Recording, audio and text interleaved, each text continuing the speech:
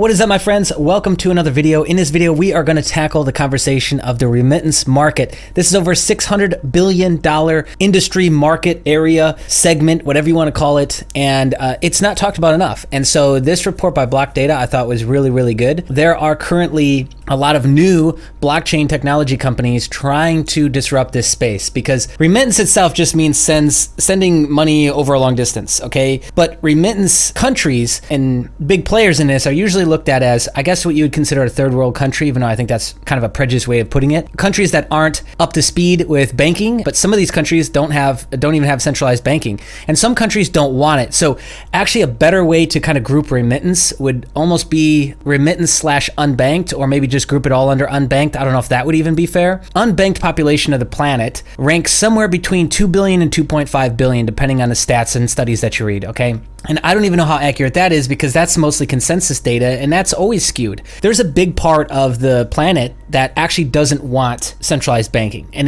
that's why they do things the way they do, with different forms of bartering, different ways of moving wealth, right? A lot of these are still operating off of older gold standard in some of the Asian countries and Middle Eastern countries.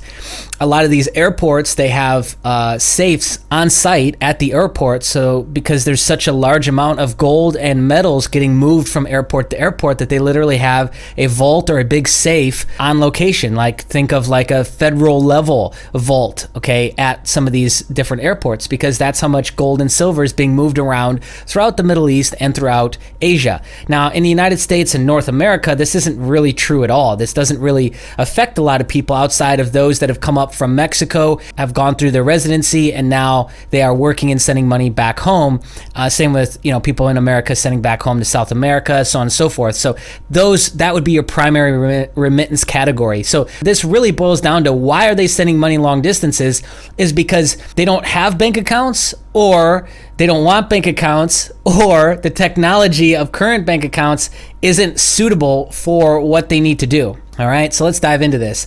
Really fascinating market. I actually worked for a fairly early blockchain project last year, which I thought was going to tackle this problem, but it turned out to kind of be more about family drama and taking advantage of people who had a love for this area of the world that we want to help, versus actually creating and fixing the problem. So it was really a shame to see what happened with that, and invest so much of my time into a project that, I was going to do a whole video about it, honestly, but it would just be a waste of time because these people don't deserve my attention at all. So the global remittance market is projected to grow to 1 trillion by 2022 and 1.4 trillion by 2025. Highest inflows will be East Asia and Pacific, highest growth in South Asia. So there's currently 39 blockchain remittance companies that were created in the last 9 years, while the overall remittance market grew by 47%. Let's see what else we got here. Blockchain-based transactions are on average 388 times faster and 127 times cheaper than traditional remittances. We're going to get into all that. We're going to get into the old way of doing things, how blockchain technology is really kind of disrupting this space.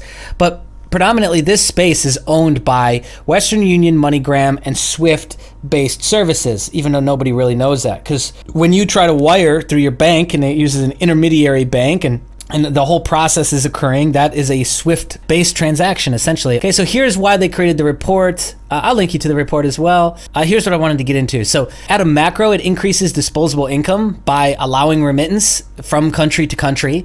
And at a household level, reduces income disparity, and it really helps to shift poverty levels within the country, okay, within the household. Increased spending, GDP growth as well. The global remittance market grew by 10% in 2018, so up to $689 billion, as I alluded to earlier. Overall, global remittance is expected to grow 3.7% to $715 billion in 2019. This is kind of absurd to me because we're in 2019. It's just common sense to me that people all over the world would want to quickly and easily send money to each other. I've got friends all over the world now. I live in a completely different part of the world than my family. You know how hard it is to send money back and forth to each other, and how absurd the fees are through Western Union?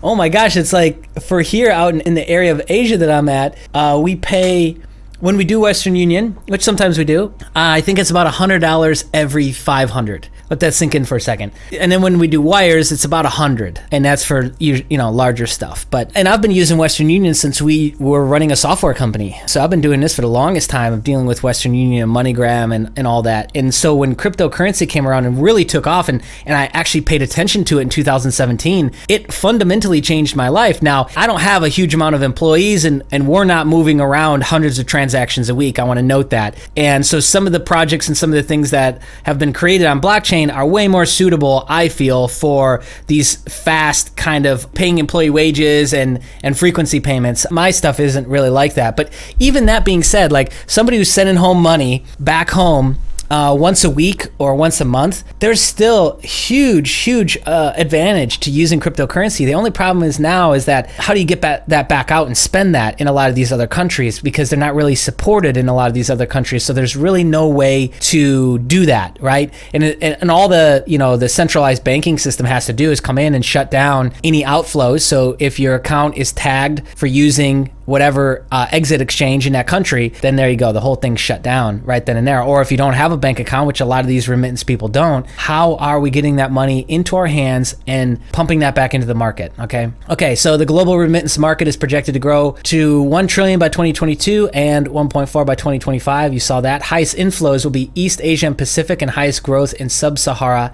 Africa. Okay, so there's your chart there. All right, so who are the big players? India, China, Philippines, Mexico, and France made 35% of the total remittance inflows in 2017. This makes sense because France is actually a big hub for immigrants. And Mexico in the United States, those are two big players. Philippines, I know of that because a lot of people outsource to Manila, and they have ever since it all ran out of Pakistan. And then there's a little slight time when it was going on in Africa when everyone was outsourcing there. But I was literally living through that whole bubble when it was happening. There would be people I was talking to that were either on the side of running a VC firm or some sort of startup that was looking for outsourcing, or on the other side running the outsource firms, and everyone quite quickly went to the Philippines because they're far superior to get a lot of this done in bulk. China, India, those are big import-export places, so that makes total sense, and they're big melting pots, okay? US, UAE, Saudi Arabia, Switzerland, and Germany made 44% of total outflows. That makes sense in a lot of ways as well, because, I already made the Mexico-US connection. UAE, Saudi Arabia are big melting pot areas now as well, and there's a lot of money inflows going on at a federal and government level as well as at a individual level. Switzerland, Germany, that was new to me. Okay, so here's your charts. Total remittance receiving countries, sending countries. Okay, there you go. Boom, boom. Here's a quick look at from a GDP standpoint by region and lower to lower middle income areas. Western Union obviously is the dominant player right now. I didn't really realize that MoneyGram had gotten so small and TransferWise has gotten so big. TransferWise, I remember when they came out, they just kind of seemed like a PayPal to me, but maybe I missed something or maybe they've changed. It's kind of crazy that they're literally the number 3. UAE exchange, I didn't actually know of and didn't use. Western Union operates in 200 countries with over 500,000 agent locations. Western Union charges some of the highest commission rates out of all remittance intermediaries. That is true. Younger remittance businesses have yet to take the lead in cross-border money volume. So here is the old way of doing things, the original process. Sender bank, payment system, correspondent bank, foreign exchange, transaction fees, correspondent bank, payment system, receiving bank, receiver. It's somewhere in between I'd say this is a little bit long in terms of the process. When you do a wire, you do a wire between, especially like between first world countries, United States and Australia, it takes about a day or two. But some of the other countries, you start getting into some of the Asian countries, it does take 3-4 days. And so a new process with blockchain sender, mobile wallet sender bank, blockchain, mobile wallet, receiver bank, receiver. So this is like the process flow of it. So you got this guy on this side and this guy on this side. So here's the sender, here's the receiver. And in the middle, there is this blockchain technology that is allowing the cryptocurrency to go from this wallet to this wallet quite quickly, and definitely with much less fee. Traditional remittance services versus blockchain, near instant up to 1 hour, low commission, charges less than 1%. 24/7 transfer service, that's another big advantage too. All the time differences and stuff going on with the madness of the world.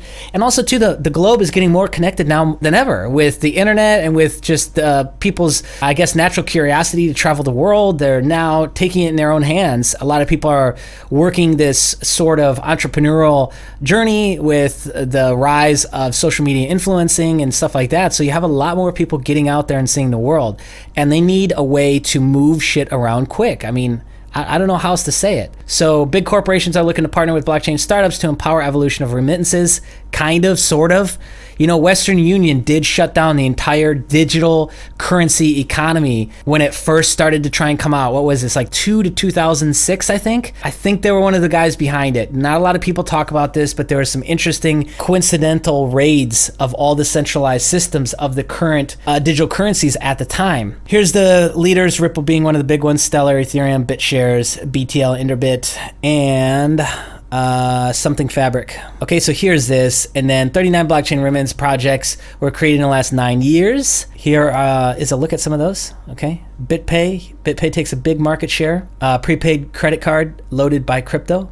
Ripple, obviously we all know that is a big player if you've been following this channel at all. But here's a look at some of the other ones. There's a lot of big players coming out that people aren't really paying attention to, like the Alipay and a few other that are coming out of Asia. And it's because they just don't get the visibility, you know, and it doesn't really make its way to American news until it makes big moves, okay? Here's another breakdown of everything, where it is, when it was founded, revenue. It's got $5.5 billion a year in Western Union. That's amazing. Average transfer time, daily hours, 3 to 5 days. Yep, just depends on what and where. Here's all the new blockchain companies. Okay, this is what I want to show you. Based on transaction speed, you can see that there are a lot of better options than what's currently out there. It's all going to come down to adoption and then integration into society, really. The more people are building, especially during this bear market of cryptocurrency, the better off it makes the future, right? 1 to 2 years from now, everyone thanks you. But right now, everyone thinks that it's dead. Bitcoin, obviously much faster. This was originally probably made to promote Bitcoin, let's be honest, but obviously it's not the fastest in terms of transaction speed. It actually promotes Ripple as being one of the best options there in terms of speed. And Ripple definitely, with the company itself and in cryptocurrency, it's one of the more impressive projects with the links that it has to government, to SWIFT, to a lot of this banking system and the banking cartel. So out of all these, you know, Ripple really does, it makes Ripple look the best in terms of speed, and fees is also at the low end, okay? But that's it. That's all I wanted to show you. You know, not a lot of people are even talking about remittance. They're even talking about unbanked. And I think it's kind of softly and generally talked about around, you know, especially Bitcoin and cryptocurrency projects. But there's very few people who are actually doing it. And I think for a lot of these countries, a lot of these people, if you can't give them a better way of what they're doing now, or a better and cheaper way than what they're currently doing, they're not going to change. They're not going to switch, because we're creatures of habit. Now, I'm sure deep down they don't really like contributing to Western Union, and I'm sure Western Union gets on their nerves. You know, you got regular hours that these places are open, and issues that occur and things that come up. And yeah, I'm sure they don't like that at all. It's just right now, I mean, look around. Cryptocurrency hasn't quite taken off and hasn't quite filled that gap. Does it have the opportunity to do that? I think some blockchain project does have the opportunity to do that, yeah. I just don't think it's presented itself yet. And I don't think it will be Bitcoin, as much as a lot of people like to take the stance that it needs to be this daily transacting coin, and that's why Lightning Network was made. I actually don't think that should be it at all. I actually think Bitcoin, for the most part, is going through an identity crisis right now, because it's mostly controlled and directed now by developers. It's kind of just going in their direction, which is cool, which is fine. I don't really think that that's going to be the long-term use case for Bitcoin myself, but a lot of interesting stuff will be coming up. We got a halving coming in 2020, and I'll be shooting a dedicated video on Bitcoin soon, so be sure to check that out. Guys, if you like this video, just click the thumbs up. If you want to support us financially, affiliate links are underneath the video, or you can support just $1 a month through Patreon, and we'd love you even more. If you're brand new to the channel, click the subscribe button, hit the bell notification, be on the lookout. More videos dropping soon. Okay, bye.